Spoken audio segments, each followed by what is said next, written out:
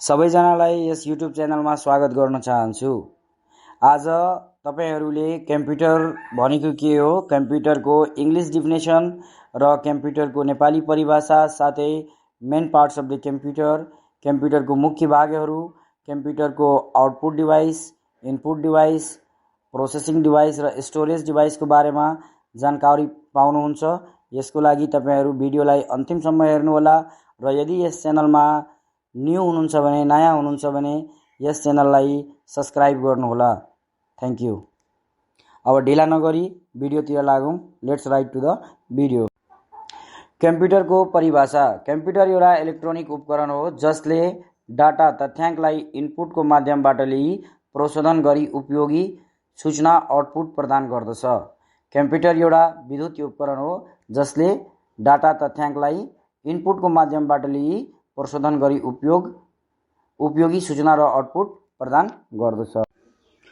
Now in English, definition of computer or what is computer?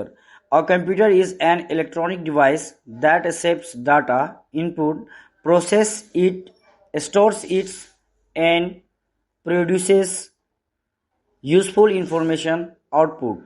Now mainly there are four parts of the computer. मुख्यतः कम्प्युटरको चारवटा भागहरू हुन्छन्। ती हुन् monitor, CPU, central processing unit, mouse र keyboard. अब यसको डिटेलमा तपाईहरुलाई जानकारी दिनेछु। मोनिटर कम्प्युटरको आउटपुट उपकरण हो। मोनिटरले कम्प्युटरबाट प्राप्त सूचना, चित्र, भिडियो, टेक्स्ट आदि स्क्रिनमा देखाउँछ। यसले हाम्रो कामलाई सजिलो र स्पष्ट बनाउँछ। मोनिटर बिना कम्प्युटरको काम देख्न सकिँदैन। यसका आकार, गुणस्तर र रिजोल्युसन फरक हुन्छ। यसैगरी भाग 2 मा सीपीयू रहेको छ। सीपीयू कम्प्युटरको सबैभन्दा महत्त्वपूर्ण भाग हो। सीपीयू को पूरा नाम सेन्ट्रल प्रोसेसिङ युनिट हो। यो एउटा प्रोसेसिङ डिभाइस हो। कम्प्युटरलाई नियन्त्रण गर्ने इकाइ हो।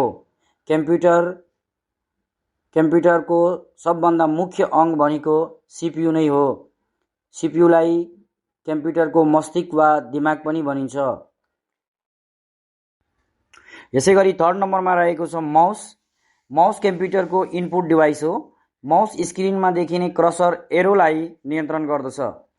Click, double click, right click, drag and drop जस्ता काम गर्न माउसको प्रयोग गरिन्छ।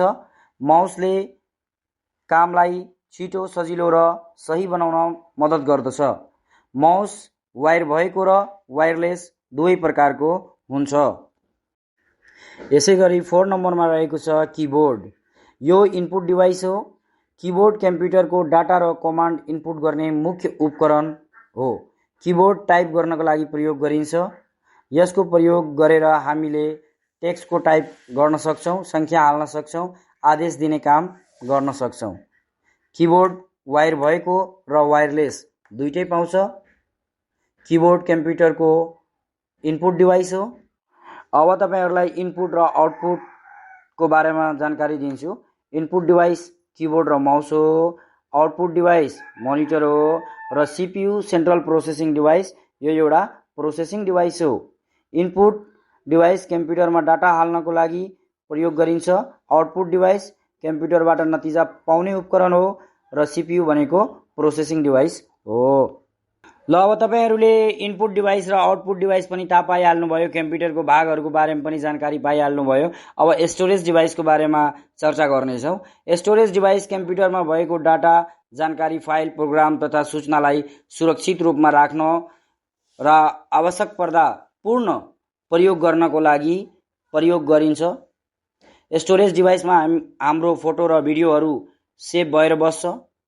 Hard disk drive, SSD, pen drive, USB, memory card, CD, DVD storage डिभाइसका उदाहरणहरू हुन्। सो तपाईहरुलाई यो भिडियो राम्रो लाग्यो भने, मन पर्यो भने यस भिडियोलाई लाइक गर्नुहोला र आफूलाई लागेको प्रतिक्रिया कमेन्ट सेक्सनमा लेख्नुहोला र यस च्यानललाई सब्स्क्राइब गर्नुहोला। See you in the next video. Thank you for watching.